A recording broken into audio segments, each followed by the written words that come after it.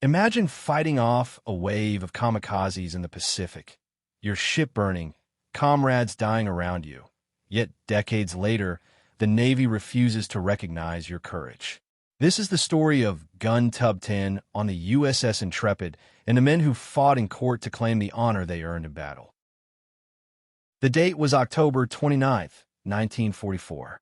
The USS Intrepid, one of America's Essex-class aircraft carriers, was supporting operations in the Philippines during the Battle of Leyte Gulf. The Japan's Air Force had just started with the kamikaze attacks, where the pilots deliberately crashed their planes into Allied ships.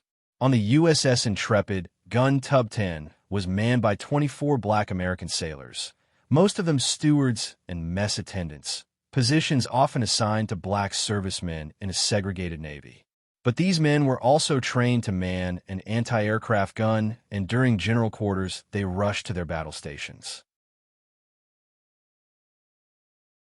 That afternoon, as Intrepid's planes were striking Clark Field, a burning kamikaze dove toward the ship.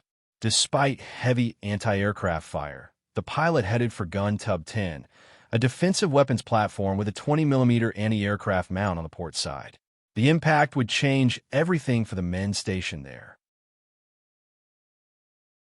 When the kamikaze struck Gun Tub 10 in a fiery explosion, Alonzo Swann Jr. was dazed by the blast, but remained conscious.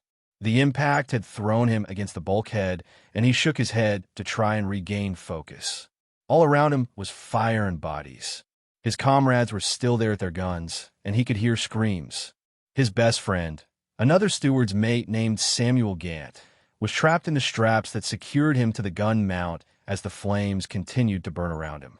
Swann, despite being injured, rushed back into the fire to try and rescue his friend, but couldn't get him out of the straps. Just as Swann was grabbing a knife to cut through the strap, the burning ammunition exploded. Sam Gant was killed in the explosion, and the damage control party arrived soon after. Swann, other injured sailors, and the dead were taken to the hangar deck, where the corpsmen could treat them. When the smoke cleared, Gun Tub 10 was devastated. 10 men were killed instantly, and another 8 were wounded. But their sacrifice had helped protect Intrepid from even worse damage. At first, the Navy recognized their heroism, recommending several of them for the Navy Cross, one of the military's highest honors. But then something happened. The awards were quietly downgraded to Bronze Stars, and only 6 survivors received even that recognition. Why? The reality of the segregated Navy. Black American sailors were systematically denied the highest military honors. Heroism that would have earned Navy crosses, or even medals of honor, for white sailors was reduced, overlooked, or erased when performed by black servicemen. The men of Gun Tub 10 returned home with Bronze Stars instead of the Navy crosses they were promised, and feeling that their courage had been undervalued due to the color of their skin. For decades, the injustice festered. But one man refused to let it stand, Alonzo Swann Jr., one of the Gun Tub 10 survivors. In 1990, nearly half a century later, Swann took the unprecedented step of suing the U.S. Navy in federal court. His case was simple but powerful. He and his shipmates had been denied the Navy Cross because they were black. The court battle was historic. A federal judge ruled in Swann's favor, citing evidence of discrimination and ordering the Navy to award him the Navy Cross he had been denied for nearly 50 years.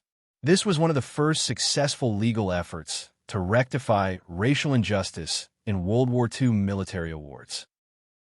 On November 17, 1993, aboard the USS Intrepid, now a museum in New York Harbor, Alonzo Swann finally received his Navy Cross. Eugene Smith was awarded his Navy Cross on February 16, 1994, and James Dockery received his the same year. For these men, justice had been delayed, but not denied. The story of Gun Tub 10 teaches us about more than individual heroism. It shows how the historical injustices of segregation in the U.S. military could take decades to correct.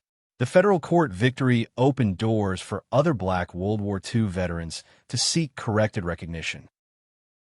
The USS Intrepid continued to fight, being struck by 4 kamikaze attacks during the war, but refusing to sink. Today, it rests as the Intrepid Sea, Air and Space Museum in New York City, where Swann's Navy Cross is now proudly displayed in the collection. But the most powerful story isn't just in the steel, it's in the courage of Gun Tub 10 and the fight for justice that followed. If you want more untold stories from World War II, especially those of Black Americans and other minorities, subscribe and stay tuned.